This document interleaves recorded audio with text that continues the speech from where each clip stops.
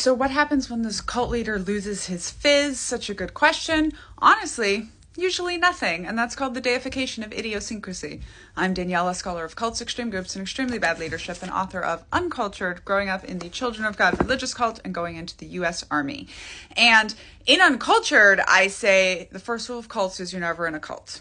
And then watching the Harry-Meghan saga taught me the second rule of cults, which is the cult will forgive any sin except the sin of leaving.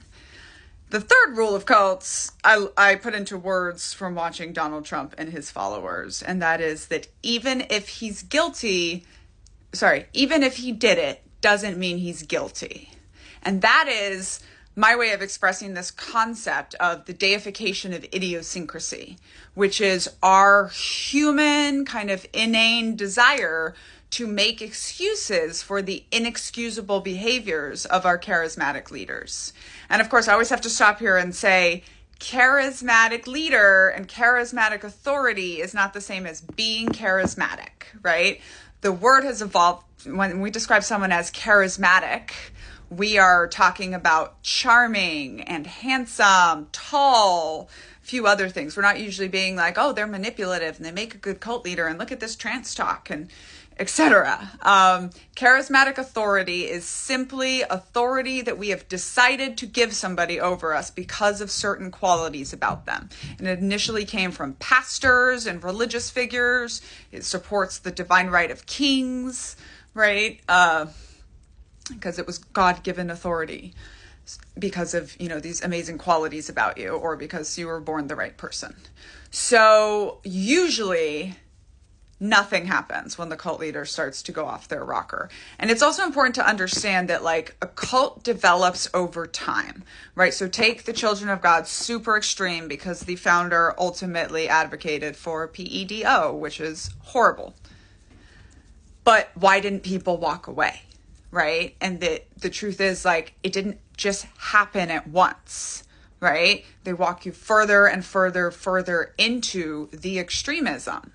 I always say it takes 6 months to onboard fully into either the Children of God or the U.S. Army. And in each case, you have no idea what you have signed up for. That's always true.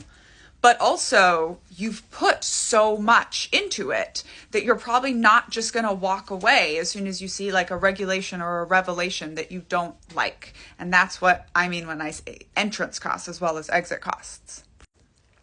And so this is really important because by the time you've paid so much in, secret exit costs are things like being too embarrassed to go back to your friends and family that you cut off and say, yeah, I know I was wrong.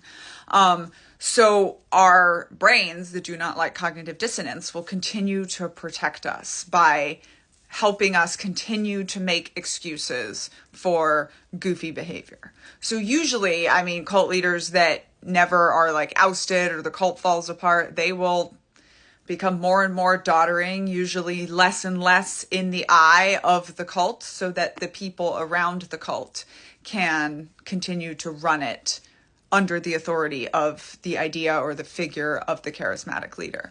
But that's another important part to this, is that the cult leader never, ever runs the cult by themselves, right? That's why I say when an individual comes under the control of an individual, that's an abusive relationship, we call it, or a 1-1 cult. When the individual comes under the control of a group, we call that a cult.